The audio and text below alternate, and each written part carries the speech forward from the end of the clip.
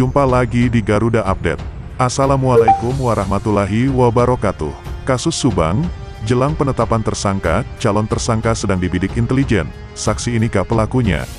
Namun sebelum lanjut di pembahasan, mohon dukung channel ini dulu ya, dengan cara menekan tombol subscribe dan lonceng notifikasinya, agar kalian tak ketinggalan berita terbaru dari channel kami.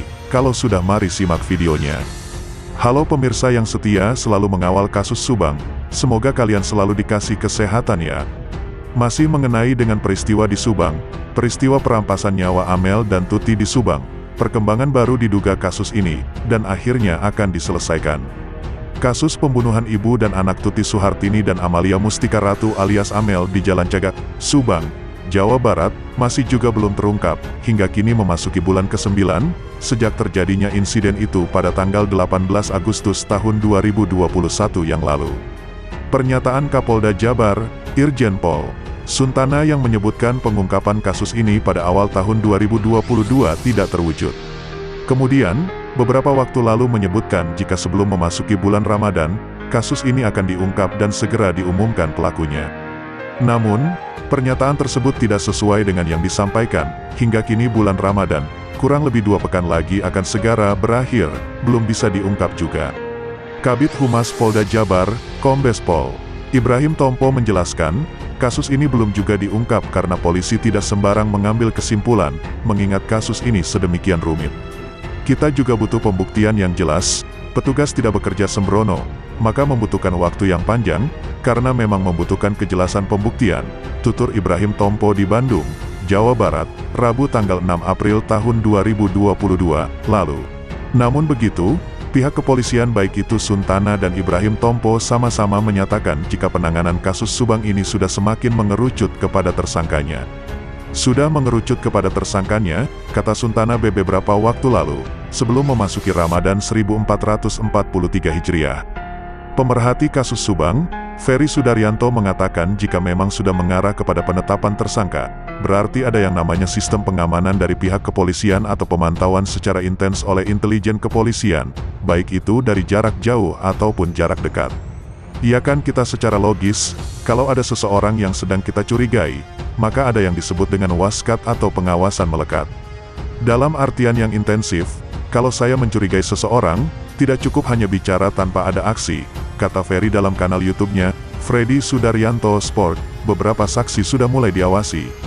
Lihat cara geraknya, tanggal 14 April tahun 2022. Beberapa personel Polda Jabar, kata dia, kini sedang mengawasi dan membidik dia yang dicurigai sebagai calon tersangka.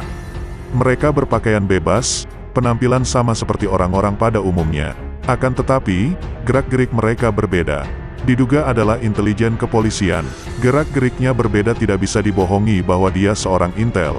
Meskipun seperti masyarakat biasa, tetapi terlihat dari body language, cara jalan, cara melirik ya, tatapan mata, tutur Ferry. Sebuah kepatutan jika memang apa yang disampaikan Kapolda dan Kabid Humas Polda Jabar itu memang benar sudah mengarah kepada penetapan tersangka. Alasannya adalah, menutup gerak kepada yang diduga pelaku agar jangan sampai melarikan diri. Kalau dikatakan Polda Jabar sudah mengarah ke nama-nama tersangka, maka nama itu dalam pengawasan kepolisian, kata dia. Pengawasan tidak hanya cukup dari jauh, tetapi juga dari dekat, ujarnya. Lalu, siapakah seseorang atau mungkin beberapa orang yang sedang diawasi dan dibidik itu? Entahlah, hanya kepolisian yang paham. Apakah mungkin salah satunya saksi-saksi yang diperiksa penyidik yang berjumlah lebih dari 100-an orang itu? Ataukah mungkin, saksi yang disebut-sebut sebagai orang dekat dari korban? Bisa saja mereka yang dibidik itu, A, B, C dan D, yang satu sama lain sudah sama-sama mengenal, atau bahkan mungkin mereka juga dijadikan sebagai saksi yang mempunyai hubungan darah dengan kedua korban itu, antara lain, ada Yosef, Yoris, Danu, Mimin dan yang lainnya. Tidak menutup kemungkinan, saksi-saksi yang sekarang diperiksa ada dalam pengawasan melekat seorang petugas intelijen kepolisian, tegasnya. Sebagaimana telah diberitakan sebelumnya, Kapolda Jabar Irjen Pol Suntana beberapa waktu lalu menegaskan, pelaku dan juga dalangnya akan diungkap tanpa terkecuali. Sejauh ini, kata Suntana, hasil penyelidikan yang dilakukan Direktorat Reserse Kriminal Umum, Ditreskrimum Polda Jabar telah mengarah kepada tersangka. Suntana menyebut pengungkapan kasus ini akan diumumkan sebelum memasuki bulan Ramadan dan diharapkan menjadi kado bulan puasa. Namun, pernyataan tersebut tidak sesuai dengan yang disampaikan. Hingga kini bulan Ramadan, kurang lebih 2 pekan lagi akan segera berakhir, kasus ini belum terungkap juga. Alasannya, polisi tidak sembrono dalam menyimpulkan sesuatu. Sebagaimana diketahui, warga di Kabupaten Subang digegerkan dengan kasus pembunuhan yang menewaskan ibu dan anak yakni Tuti Suhartini, 55, dan Amalia Mustika Ratu alias Amel, 23, pada hari Rabu tanggal 18 Agustus tahun 2021. Polisi menemukan jasad ibu dan anak Tuti dan Amel itu bersimbah darah di dalam bagasi mobil Alphard di Dusun Ciseti, Desa Jalan Cagak, Kecamatan Jalan Cagak, Kabupaten Subang. Polisi memastikan jasad tersebut merupakan korban pembunuhan. Sekian informasi dari kami, semoga bermanfaat. Sampai jumpa di video berikutnya. Terima kasih. Wassalamualaikum warahmatullahi wabarakatuh.